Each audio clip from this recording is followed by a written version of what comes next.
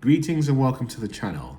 My name is Dr. Gyesie, Shamanic Leadership Guide and Transformational Coach here at Inner Mileage, where we help folks understand the trauma basis of limiting self-beliefs and how to take inspired action to overcome it. Today we're going to talk about solitude as the portal, why awakening at some point requires solitude or hermit mode or separation. So it's important to realize that we're entering the hidden architecture of solitude, not as suffering, but as spiritual infrastructure. So if your phone's quiet, if your people have disappeared or life feels still, it's not a glitch. It's a soul directive, and let's decode this together. And we're going to start with identifying exactly what solitude really is. So for starters, solitude is not absence at all. In fact, solitude is a recalibration and a reorientation to a presence that is undistorted, unperformed, and unentangled. So researchers identified what psychologists call a default mode network, which is a brain network activated during rest. And this network governs memory, moral thinking, and self-awareness, making solitude biologically essential for identity and reintegration, particularly after you've gone through narcissistic abuse and things like that. And in the Buddha Dharma, for example, this stillness interrupts the monkey mind, or what's called the papancha mind, this mental proliferation in the mind. And we know that solitude allows the mind to exit delusion and enter pure seeing, bhikkhu bodhi. And therefore, solitude is the field of divine signal clarity. The only thing missing is the noise. So why does solitude happen on the awakening journey? Well, solitude happens on the awakening journey because it is a system reboot from every layer of reality. Meaning, solitude happens because something deeper inside you has declared, enough of the false. I'm ready for the real. So what this means is your job that you were laid off from or fired from or you resigned from didn't fall apart. Your soul decommissioned it. Your friendships didn't fade. Your frequency outgrew them. And in quantum terms, this explains decoherence. And decoherence happens when a quantum particle becomes disentangled to form an independent reality, right? And we need more research on how that happens. But this is why it happens. So the thing is, you're the same as this particle. Solitude begins with disentangling yourself. And this is also defined in biology as apoptosis. Apoptosis, meaning a programmed cell death that allows tissue renewal. So solitude is a soul-level apoptosis, an intentional death of relational scaffolding to initiate rebirth. And in comparative mysticism, there's this documentation that mystic prophets across all sacred lineages undergo isolation before initiation. So solitude, you realize, is a spiritual precursor to divine power. It really is. And I can attest to this. In fact, I often spend a few times a year going into silent retreats. And it's amazing how that's turbocharging in my own journey. And there's many ways to do the same. So I want to start with the physics of rebirth. And we'll go into maybe dissipative structures theory. And that tells us that systems evolve through instability. So instability is actually a good thing. Another way to put it is, out of chaos comes order. So the more chaotic it gets, the closer you are to higher order coherence.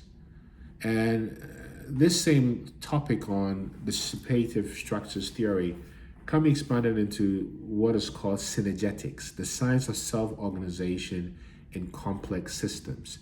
So when one reality collapses, another begins to organize beneath it.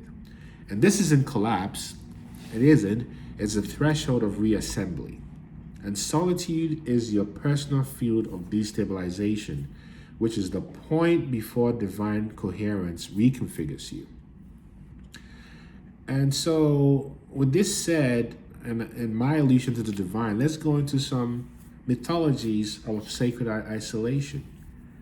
Because solitude isn't a side effect of awakening. It's actually inbuilt into the spiritual genome, the map of spiritual awakening. Specifically, in the Dogon cosmology, the Dogons are these great people from Benin who discovered Sirius B many, many moons ago. In that secret society, the initiate enters a cave, which is literal and energetic. And the purpose is to remember the soul's original code. This is also similar in the idea that a mystic does not receive instruction in community, but in sacred retreat. And further in the Kabbalah, the whole idea of tzimtzum, which is God's contraction, tzimtzum, makes space for the world. Solitude is your own contraction before creating a new dimension of life. In Islam, the Prophet Muhammad received revelation alone in the cave of Hira. In Christianity, Jesus fasted, or Yeshua, as I prefer to call the manifestation of the Christ, fasted in the wilderness for 40 days and 40 nights. And in the Buddha Dharma, Prince Siddhartha sits under the Bodhi tree, not with followers, but with silence until he awakens. So solitude is not escape, it's cosmic protocol. And what happens to your body in solitude is very neurobiological, and is actually linked to many things, some of which I've talked about often, polyvagal theory. This confirms that solitude can activate your vagal state, calming the nervous system, and improving digestion and feelings of safety. And even further research found that solitude and deep meditation increases gamma wave synchronization, which is a state that's linked to cognitive clarity or intelligence, insight, and higher consciousness.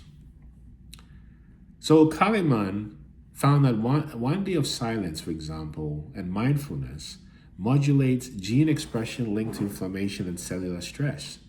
So the point is, solitude is not passive or boring. It's a somatic recalibration of your body. And when you think about this esoterically, solitude is the vesica piscis, the womb space between timelines. And in that sacred middle, the vesica piscis, you are neither who you were nor who you become. And you're the author of both.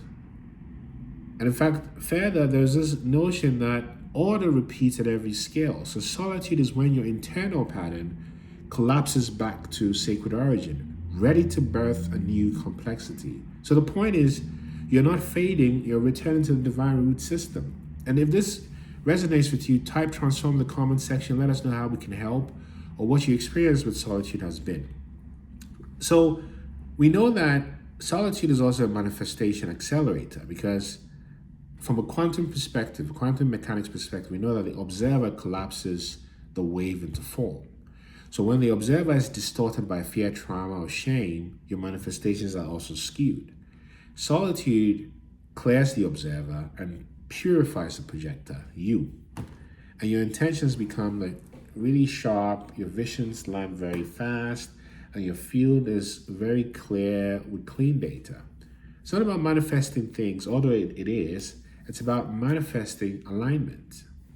So when you come into how solitude brings you into your truest self, we know that self-authorship is a developmental leap where one internally defines one's beliefs, identity, and relationships without external approval. So solitude gives you that pen back. And in narrative psychology, this is your shift from performer to narrator. And in Buddhism, this is the death of the papancha mind, the habit mind, the monkey mind, the mind's chaos, and the birth of vipassana, which is clear seeing, insight. You stop reacting, you stop rehearsing, you begin creating, and you know that your authorship is from an awakened resonance. So if you're in solitude now, do not rush it, do not explain it, do not interrupt it. You're not falling apart. You're being restructured into divine coherence. And this is what we're here for. Know that solitude is working when you no longer want to return to who you were. Your nervous system begins to stabilize, your discernment sharpens, and you feel purpose emerging from silence, know that you are no longer who you used to be, and your solitude is the portal to the next step. Peace.